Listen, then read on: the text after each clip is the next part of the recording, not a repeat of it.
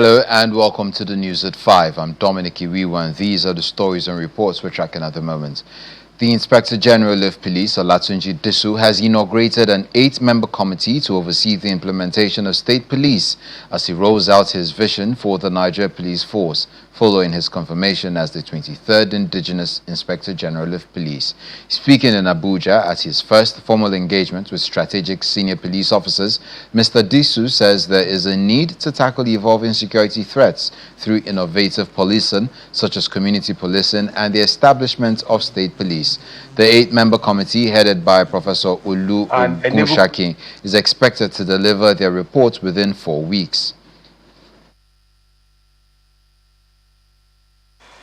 Across the nation, we continue to confront evolving security challenges. These require innovative thinking, strategic collaboration, and a willingness to explore reform that will enhance our capability. This committee on state police we are inaugurating today has a critical responsibility. Your work will help shape the framework through which state policing may operate in Nigeria in a manner that strengthens rather than fragments our national security system. In carrying out this assignment, your deliberations must be guided by professionalism, objectivity, and a clear appreciation of the unique complexity of policing in a diverse nation like our own. The United States Embassy in Nigeria has cancelled all visa appointments scheduled for Wednesday, March 4, 2026, citing a high potential for protests in Abuja amid escalating hostilities between the United States and Iran.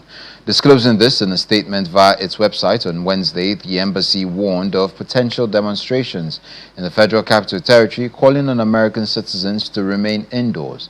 The embassy strongly recalls that previous protests by some groups had resulted in violent clashes between the protesters and Nigerian security forces. It therefore recommends that all U.S. citizens in Abuja remain in their residences on Wednesday, March 4th. The warning comes 4 days after U.S.-Israel airstrikes targeted and killed Iran's supreme leader, Ayatollah Ali Khamenei. To legal issues now, the trial of 9 suspects accused of the 2025 Yelwata massacre in Benue State was again stalled at the Federal High Court in Abuja, following another adjournment. While granting the adjournment, Justice Joyce Abdul-Malik warned that the matter is of significant public interest and that the court will not tolerate unnecessary delays going forward. The adjournment followed a request by counsel to the 8th and 9th defendants, Y.A. Hassan, who informed the court that it was his first appearance in the matter. Hassan appealed for a short adjournment, explaining that he was yet to familiarize himself with the facts of the case, as the previous counsel representing the defendants had not transferred the case file to him. The Director of Public Prosecutions, Rotimi Oyedepo, did not oppose the application but urged the court to grant a brief date. Justice Abdul-Malik stated that the court was bending over backwards to accommodate the defense and adjourned the matter to March 9th and 10th for a day-to-day trial. Staying with legal issues, Justice Joyce Abdul-Malik of the Federal High Court, Abuja, has adjourned the alleged terrorism trial of former Attorney General of the Federation, Abubakar Malami, and his son, Abdulaziz Malami, to March the 10th for trial.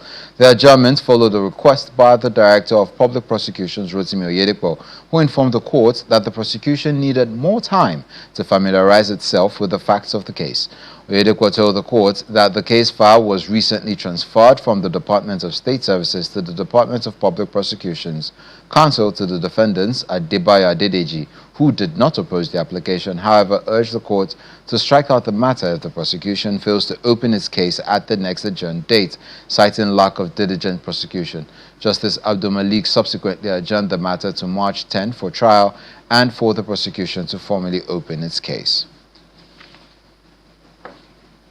Now to politics. More new state chairmen have emerged from the APC in the southeast as we bring you reports of the state congresses of the party in Abia, Imo and Anambra states, where members agreed to work in unity and progress as the race to the 2027 general elections heats up. In Abia, Honorable Chijioke Chukwu emerged as the consensus chairman of the party. At its congress held in Umuahia, all the positions returned through consensus mandate. Deputy Speaker of the House of Representatives Benjamin Kalu, while reacting to the Congress, eulogized President Tinubu for insisting the use of harmonization and consensus, while the state APC chairman-elect spoke to the press. The President of the Federal Republic of Nigeria, who is a true Democrat, who knows the value of harmonization, of consensus, of agreement. He understands that, and that was why he insisted, as well as NEC and caucus, that we should go back and use harmonization to rebuild our party. But I am excited because this is the first time in the history of all Progressive Congress from the time of ACN that the party is having a rancor-free Congress. In Imo, Austin Oyedebulu was elected as its new state chairman, while Onyekachi Bezim emerged as the state secretary in Owerri, where the new executives emerged as consensus candidates. Imo State Governor Hope Uzodimma emphasized that unity and mutual understanding are essential to the party. In Imo State, we are united. In Imo State, we love our state. We love ourselves. And we have resolved that never in the history of this state should we encourage any form of crisis, be it political or security in nature. And in Anambra, Senator Emmanuel Anosike from Anambra North Senatorial Zone emerged as the consensus chairman, where delegates endorsed the list through voice affirmation during the exercise at the party secretariat in Awka. Chairman of the local harmonization committee, Senator Uche Kwunife, says the consensus approach was adopted after adequate consultation across wards and local governments, just as the new state chairman gave his reaction on his emergence. We call the stakeholders and the local government chairman to sit together to look at people who can perform the job. It's not just giving somebody assignment, but giving somebody who has the capacity, who has the competence, and who understands Anambra policies that can do that particular job. This is not the time to give somebody a job, and the person will be there just for Photoshop. No, we need people with capacity, we need people with competence, we need people with capability, we need people who can do the job and do it well. For you to be a stakeholder, you press on your computer, your phone, you will see stakeholder and you will see what you do to answer stakeholder. Every member of this party will, of course, if it means 10 kobo every month. So for you, because wherever your money is where your heart is. We need to run this APC powerfully and make sure that everything will go forward. All members now pledge to run an inclusive administration in their states as they pursue the mandate of President Bola Tinubu come 2027.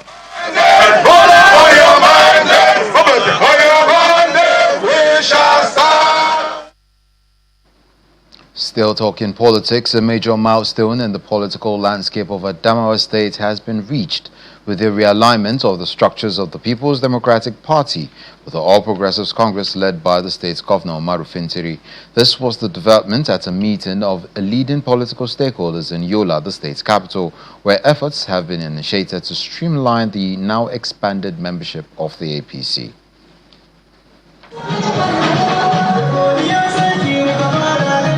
The resignation of Governor Fintiri, along with several state officials of the PDP and their defection to the All Progressives Congress, has been welcomed by many as a positive development. However, the move also presents certain challenges. This meeting, comprising officials, stakeholders, and National Assembly members from both sides, seeks to consider these challenges. We are not ready The National Vice Chairman, Northeast of the All Progressives Congress, sets the tone for the meeting, while the former PDP chairman, who recently defected to the APC, says PDP executives in Adamawa have now fused into the APC in the state. Most people are leaving their comfort zone to come and join this movement, not because of personal self-aggrandizement or any parochial interest, rather to move Adamawa forward.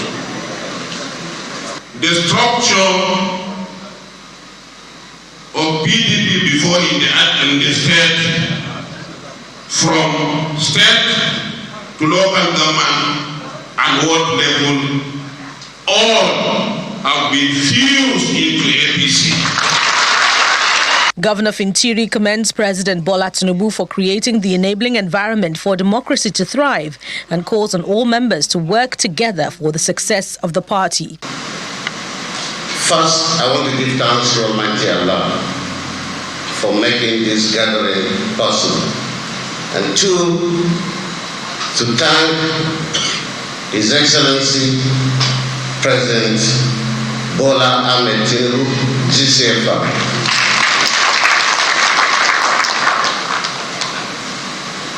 and my senior brother, the NSC, for facilitating and making this coming together seamless. Other stakeholders described the event as significant in the political development of Adamawa State. The fact is that we have 2027, President Tinubu has already won an election, and whoever will contest under the platform of APC in Adamawa, from governorship down to National Assembly, have already won an election. With the coming back of the governor, its structure, its senators, the whole party structure, I think this is a very big meeting for Adamawa State. Is beyond party. Meanwhile, officials and other stakeholders are to organize similar meetings at the local and ward levels to intimate members at the grassroots on the new political realignment. The National Agency for the Prohibition of Trafficking in Persons, NAPTIP, has recorded a landmark conviction in its fight against human trafficking in Nigeria. Before now, the Federal High Court sitting in Akure, Ondo State, had sentenced the couple, Ogundeji Happiness Ayodele and Prince Ogundeji Abiodun, to 14 years imprisonment without the option of a fine.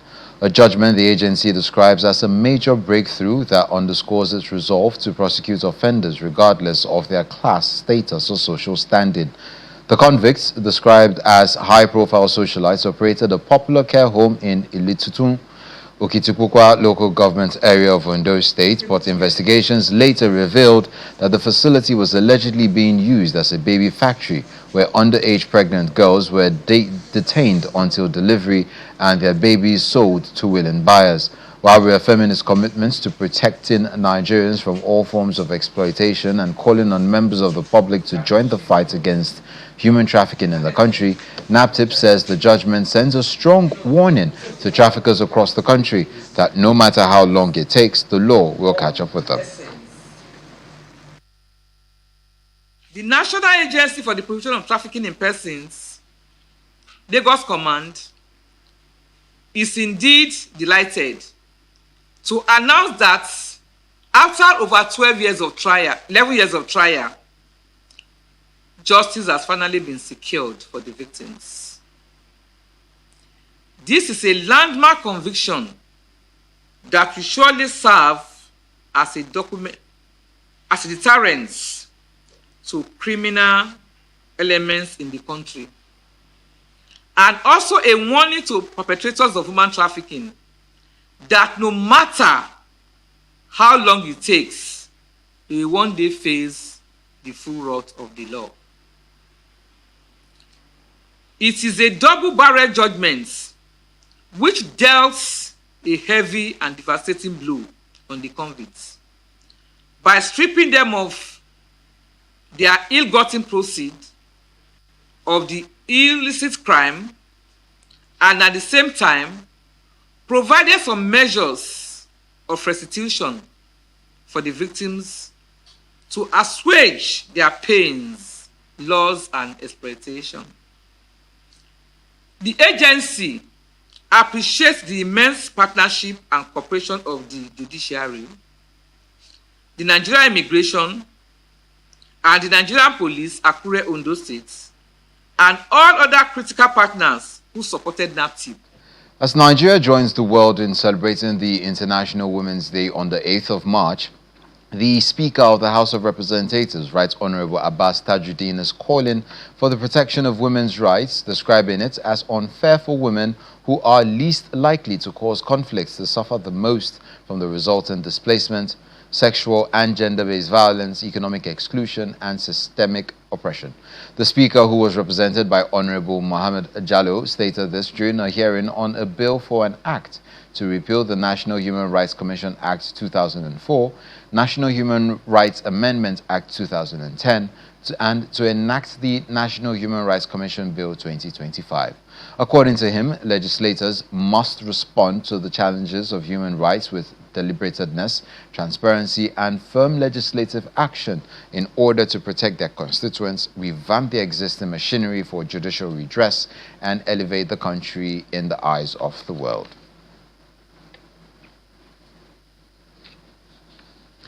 The rhythm of the tides in Kono Okpobo is being replaced by the stench of crude and the shadow of fear. Local fishermen and youth leaders are sounding the alarm over rampant illegal oil bunkering and a dying ecosystem. Our River State correspondent Deborah Mie-Feberesima reports on a community fighting for its life. The Kono Okpobo waterways, spanning Kana and Okpobo Koro in River State, once a thriving fishing route, now face serious threats from suspected illegal oil bunkering. Fishermen report frequent incursions by unidentified boats, intimidation, and the seizure of property. Oil spills and contaminated waters, they say, have drastically reduced fish catches, making fishing increasingly difficult. They bunker the waters as they worry. Then there is no fish catching the fish. As they see, all the net does spoil. As they come, there are small fish here they catch. Sometimes they catch big fish, and now they catch big fish again. I never see these people with patrol people they for water. What is going on? Youth leaders say the waterways, especially the Atlantic entrance into Kono Okpobo, remain highly vulnerable. They criticize limited federal attention and urge President Bola Tinubu and the National Security Advisor to strengthen security as done elsewhere in the Niger Delta. And we'll take you around to see where this river is connected and how porous it is because of lack of security to secure our waterways. And as a result of that, bunkering activity is happening here in a daily basis. And our people can no longer go to fishing as a result of that bunkering activity going on. And so we are calling on the federal government, just as they have done in other parts of Niger Delta, they should as well bring in security services, personnel that will operate in this river to protect our people and also protect our waterways.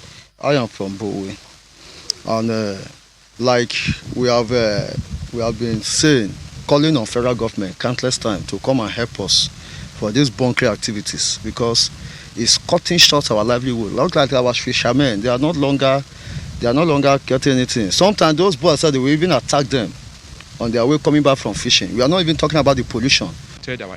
They also call for swift Nigerian Navy deployment to safeguard the river, curb illegal bunkering, and protect residents' livelihoods.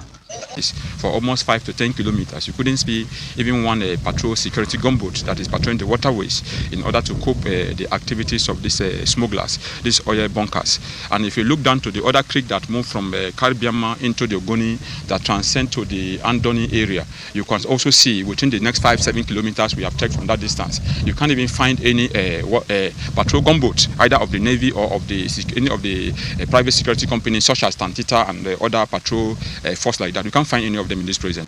Locals warn that without immediate coordinated intervention, ongoing bunkering and pollution could devastate fishing, harm the ecosystem, and deepen economic hardship in Kono Okpobo.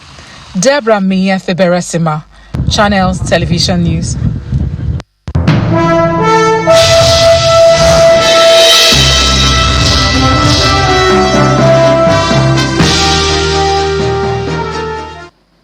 And on business news, the World Bank Group has warned that developing economies are heading towards a major employment crisis as millions of young people prepare to enter the workforce with without enough jobs to absorb them.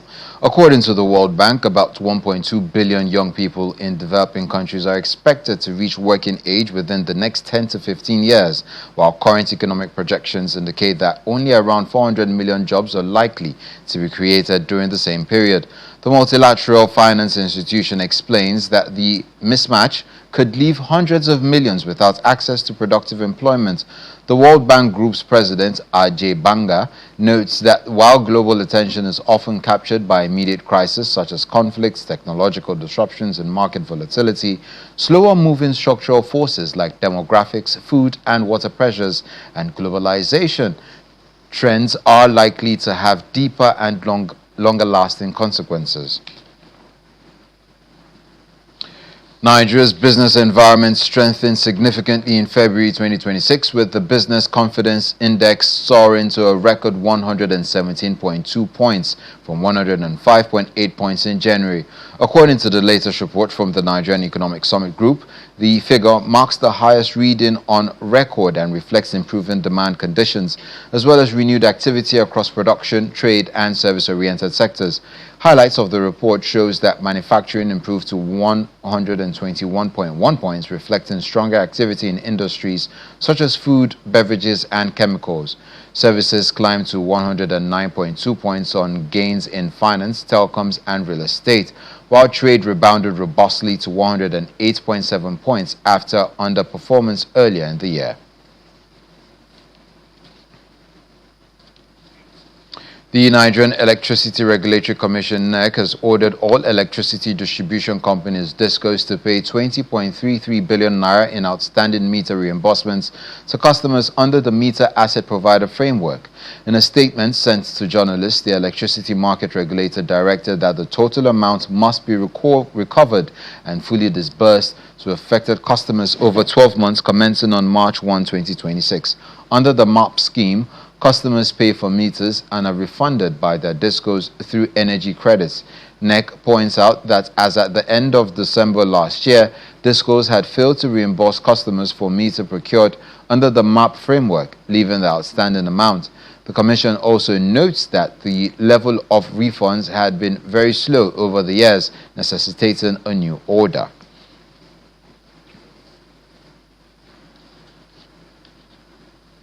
A coalition of civil society organizations are restating the call for the establishment of ranches, citing its economic benefits to the country.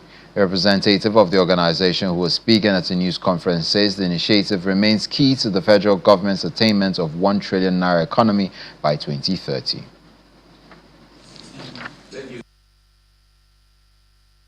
In stark contrast, Nigeria, despite maintaining a cattle population of about 20 million, and ranking among the top 15 globally, generated only $172,000 from cow exports in 2024, $1.15 million from live animal exports in 2021, and less than $200,000 from meat and edible offal exports. These figures underscore the vast economic potential being forfeited as a result of poorly structured and inefficient livestock management systems. Structured ranching offers Nigeria a strategic opportunity to transform its underutilized livestock potential into tangible economic gains capable of driving broader national development. Outside our shores in business, China's factory activity fell more than expected in last month as manufacturers paused production and cargo shipments to celebrate an extended holiday. According to the latest report by the National Bureau of Statistics, the official manufacturing purchasing managers index fell to 49 in February, missing economists' forecast for 49.1. The figure marks the second straight month of contraction, with PMI reading matching October and April 2025 levels. China's holiday this year ran from February the 15th to the 23rd, the longest on record, compared with 8 days spanning late January to early February last year. The country's chief statistician, Hui Lihui, attributes the decline to a holiday-induced slump in factories' operation and production during the Lunar New Year holiday, as well as distortion effects from the festival season. Asian stock markets fell for a third day in a row today as investors watch developments in the ongoing U.S.-Israel war with Iran, which enters a fifth day and disrupted the energy markets. South Korea's benchmark Kospi index, which has been the most hit, plunged 12.1%, record its worst single-day drop, extending a steep sell-off from the previous session amid a broader decline across Asian markets. As a major oil importer, Korea's manufacturing-heavy economy is vulnerable to rising energy costs, which can pressure industrial and export-oriented sectors when crude prices spike. Meanwhile, investors in the Asian region will be eyeing an annual parliamentary meeting by China's policymakers, which kicks off later today. And that's it on the news at 5 on Channels Television. I'm Dominic Iwiwo. Up next is The World Today. Enjoy the rest of the world.